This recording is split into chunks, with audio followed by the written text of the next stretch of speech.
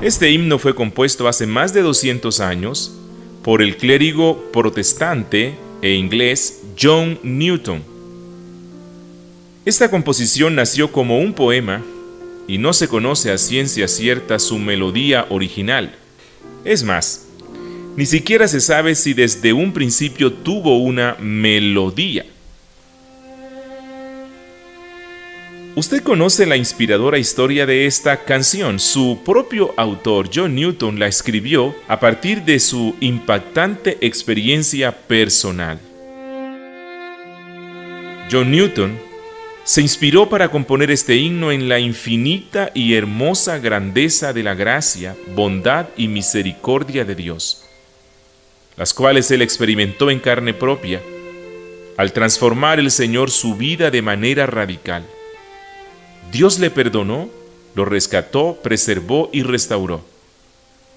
De llevar una vida turbulenta, de ser un hombre cruel, libertino, rebelde y despreciable, pasó a convertirse en un fiel y devoto cristiano que le entregó su vida al Señor y le sirvió hasta el día de su muerte.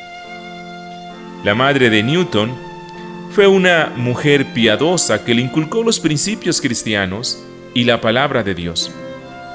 Pero ella murió de tuberculosis cuando él estaba casi por cumplir los 7 años de edad.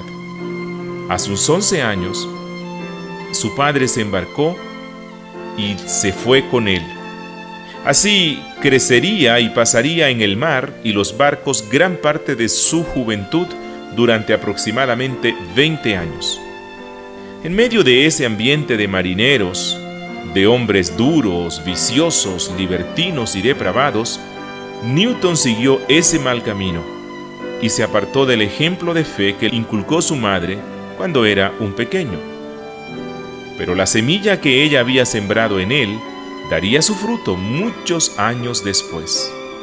Un día, camino de visitar a unos amigos, fue raptado y forzado a unirse a la Marina Real Británica.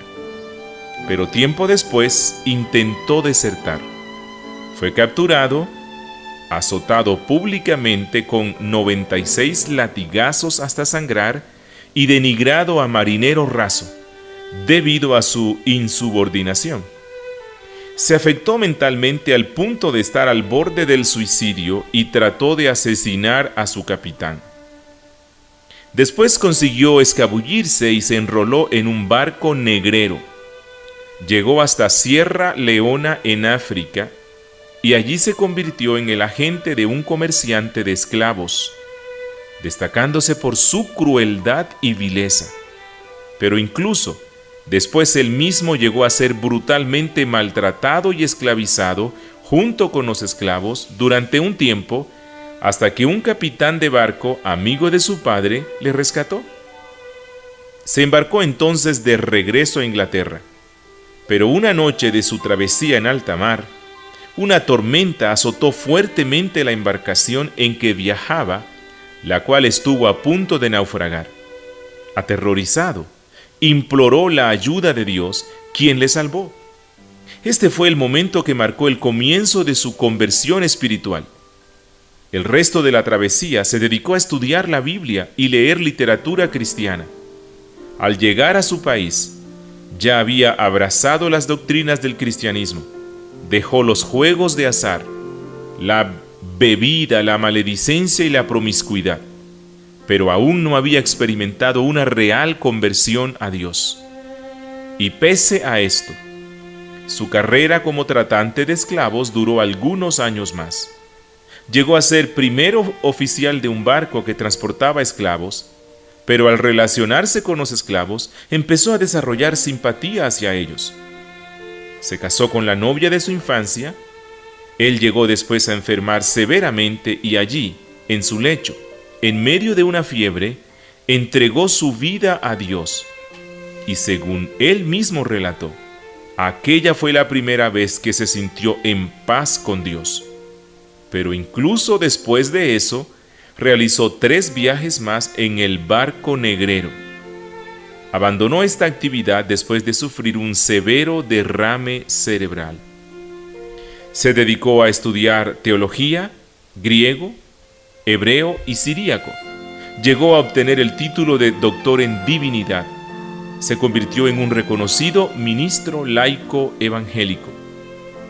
Después de muchos años fue ordenado sacerdote de la Iglesia Anglicana en 1764 y nombrado ministro de Olney, una localidad ubicada en el condado de Buckingham, en el Reino Unido. Allí comenzó a componer himnos junto a William Cowper, y Sublime Gracia o Amazing Grace es la más conocida de esas inspiradoras composiciones, la cual fue escrita para ilustrar un sermón en el día de Año Nuevo de 1773. No se sabe si había música para acompañar los versos, puesto que pudo ser recitado por los feligreses sin melodía. Este simbólico himno transmite el mensaje cristiano de que el perdón y la redención es posible a pesar de lo horrendo de los pecados cometidos por el ser humano, y de que el alma puede salvarse de la desesperación y la condenación mediante la maravillosa gracia de Dios, algo que John Newton llegó a experimentar de manera personal. Por eso, este himno refleja la historia de su propia vida. 6 años después de su creación, este poema fue impreso y publicado por primera vez en 1779 como parte del libro o compendio de poemas e himnos denominado Himnos de Olney, de Newton y Cowper.